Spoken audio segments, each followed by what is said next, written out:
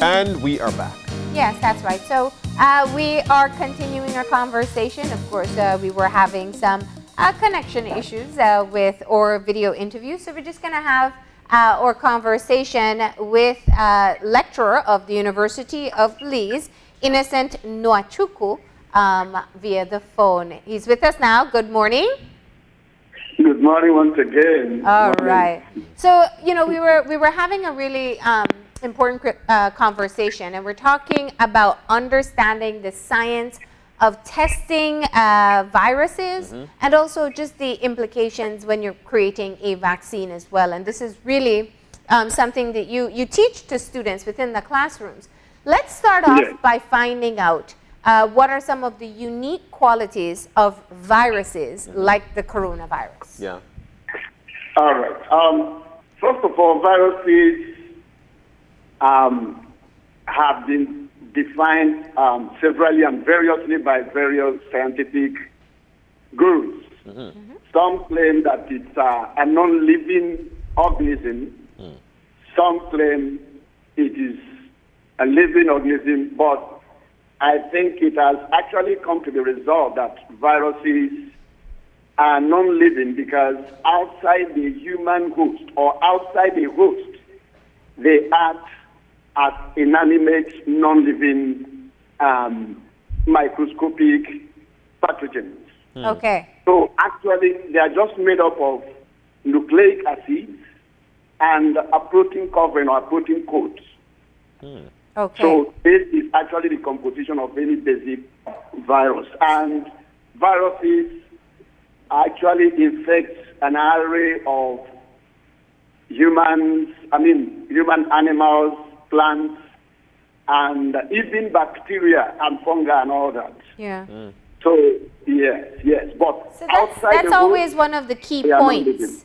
that the how to properly wash your hands, how to properly wear your mask, and how to clean it, and also how to practice social distancing. And I'll just have Miss Ciego go in depth about that a little more.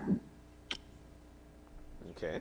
All right. Thanks, Kimberly. Hi again. So BFLA has been working with City Council in their community support program. So when Kim asked us to join up to do something specific to children, we were like, definitely we're willing to support. As you know, BFLA does work with a lot of young people, and in this, as we go into summer period, right? They were out of school, but now we're heading into the real summer period. We are looking at how we provide summer camp experiences. And so these sessions that we're doing with the City Council is focused on hygiene, hand washing, and so forth. And that's very important for children because we know germs is very easily spread through touching and on our hands, right? And so we want to demonstrate to them, okay, how do we spread germs in a very interactive way? And so what's the proper way of cleaning our hands?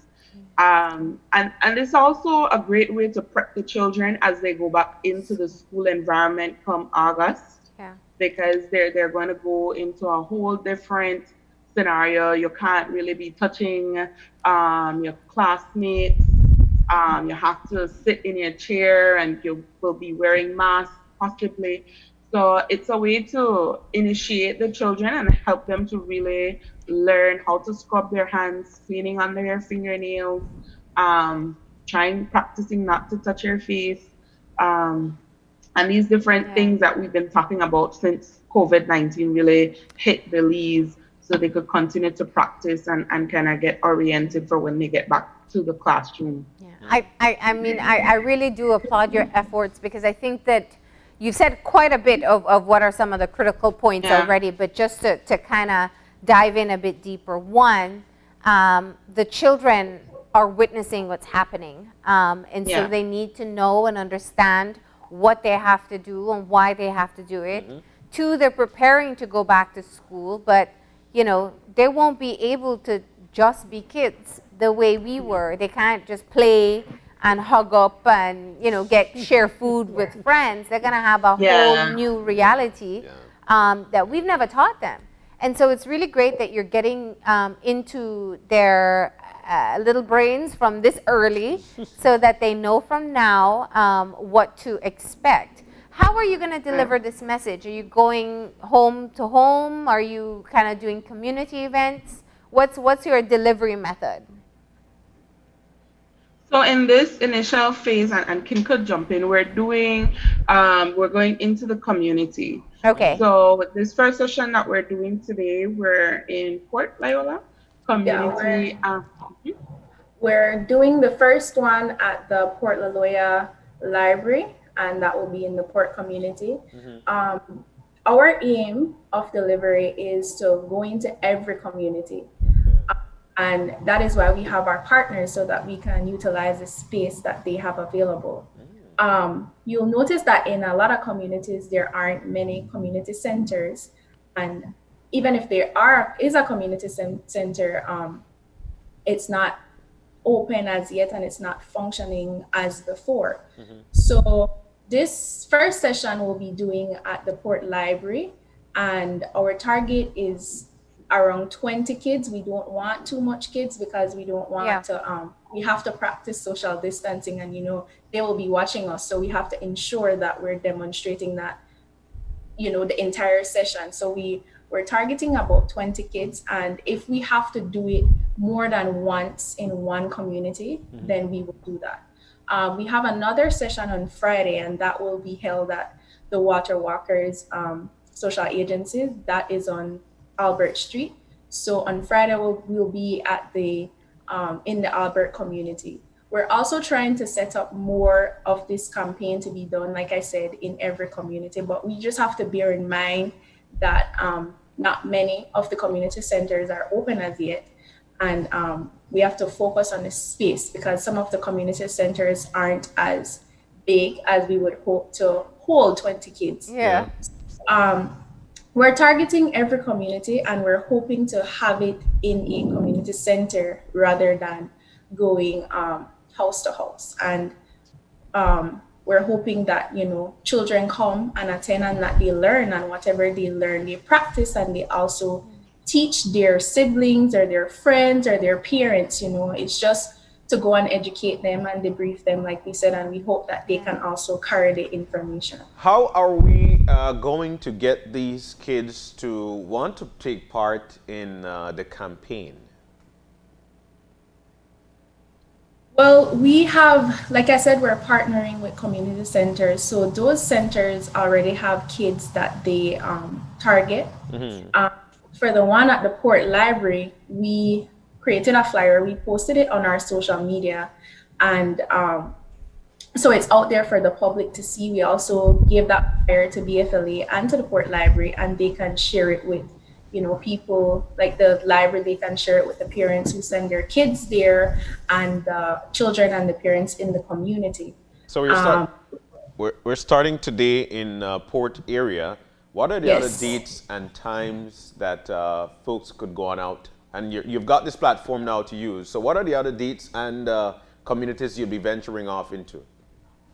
Well, so far we only have 2 campaigns set up. We have one for today, which will be held at the Port Library. And then we have one on Friday, which will be June 26th.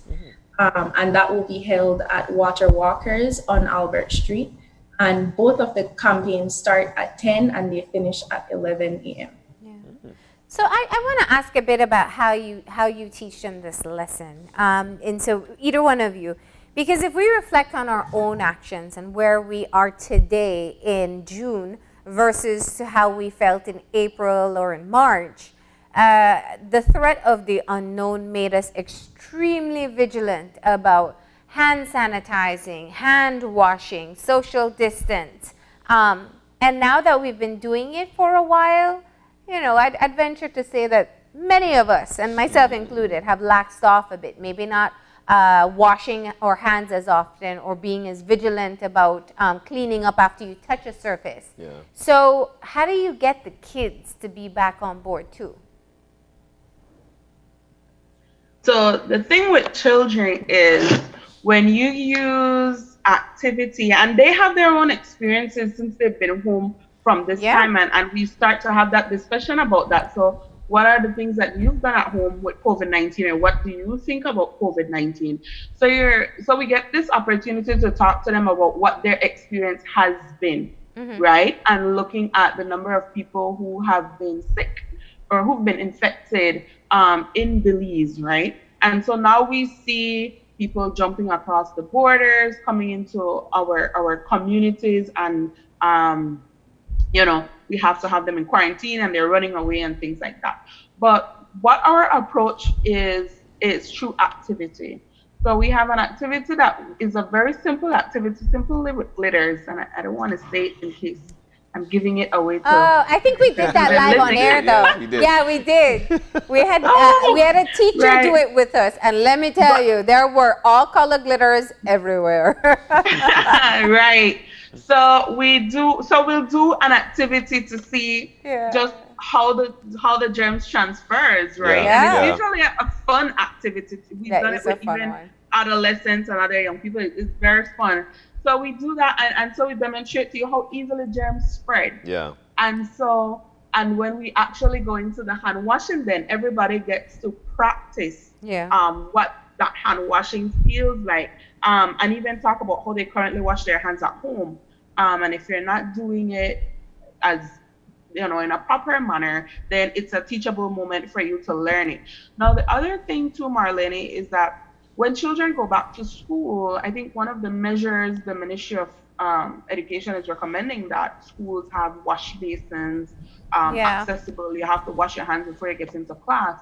And so those information like that, we will share with the children. They're going to learn it when they get to school, but they will, we're going to tell them before, okay, so there's going to be a new culture when you get to school.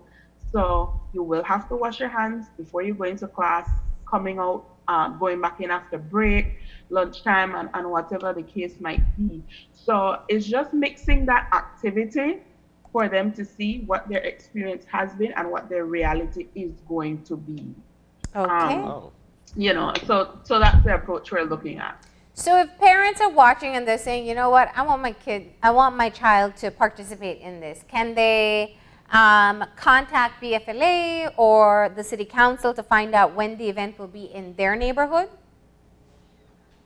They can definitely contact the Belize City Council and BFLA. For the Belize City Council, we have our social media page, and that is where we post all of our activities. So they can follow the Belize City Council page, and they can also contact our office at 208-280-2622, extension 352, or they can call 280-7306, extension 352, and then BFLA can share how they can be contacted. Oh, cool. So again, today at the Port Loyola Community Center, starting at what time? 10 a.m. All right, 10 to 11, right? Yes. And then correct. on Friday again, where? It's also at 10 to 11 at the Water Walkers on Albert Street. Oh, beautiful. This is such a great initiative. Definitely. We wish you the best of luck. And of course, the best thing about teaching kids is that you're teaching pretty much the entire household, because they'll go home and tell mommy and daddy and big sister, little sister along the way. So do keep it up. And thank you for telling us all about it. Thank you. Thank you for inviting us. All right. Bye. And with that, we're going to go ahead and take our final break. And when we come back, we'll have a wrap up. So stay tuned.